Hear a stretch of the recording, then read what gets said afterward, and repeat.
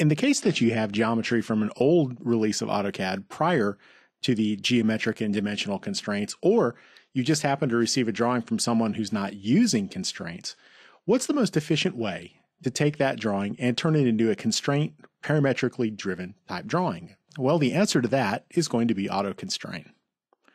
So the first thing we want to do is go here and show all geometric constraints, and that just makes sure that we don't have any constraints in the drawing that simply are not being displayed. So once we do show all, we verify that nothing is there. Now we just proceed to AutoConstrain. We window around the geometry, enter, a little bit of processing occurs, and the constraints come back. Now what's important to note here is that the constraints you get are really a function of how well the drawing was prepared in the first place. For example, when we look at a concentric constraint here, we see that it references this circle to this arc segment. So that means they have the same centering point. We see things like parallel lines here, or perpendicular lines in the corner, or lines across the bottom of the building footprint here that are collinear. These constraints could not have been computed if everything weren't drawn right in the first place. So it's kind of like the old rule, garbage in, garbage out. Good geometry will almost always mean a good result from the AutoConstraint. One thing that's important to note here is that you can use this little arrow, which is easy to miss if you don't look, and get to the geometric constraint settings. You look at the AutoConstraint tab here, and what we see is the priority of evaluation for the constraints as they are auto-constrained or auto-generated.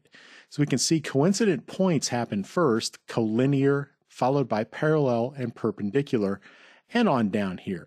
Now, as we saw in an example with relaxed constraints in another segment, it's advisable to construct or constrain geometry like we see in this example to use parallel and perpendicular control. That leaves open the possibility of, say, being able to rotate this building. Whereas if these wall segments were constrained to be horizontal or vertical, it would be almost impossible to revolve or rotate this building geometry around without having to relax the constraints.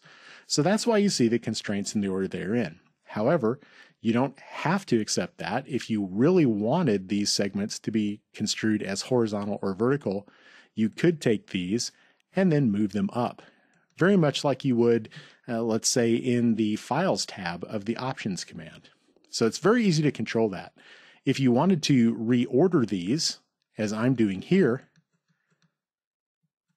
then you would simply OK this to accept the changes. What you would want to do now is to delete these constraints, which you can do with the Delete Constraints control here, windowing around the geometry, once again, so the constraints would go away, and then we would auto-constrain once again, this time with the new settings in force. Enter, and the processing will occur, and what we'll see is the type of constraints we get back are horizontal or vertical in nature, as opposed to parallel and perpendicular. So with AutoConstrain and the Delete Constraints, you have the capability to take old geometry and turn it into parametrically driven, fully constrained geometry that makes your drawing behave in a parametric fashion. That's it, AutoConstraints. Very straightforward to use.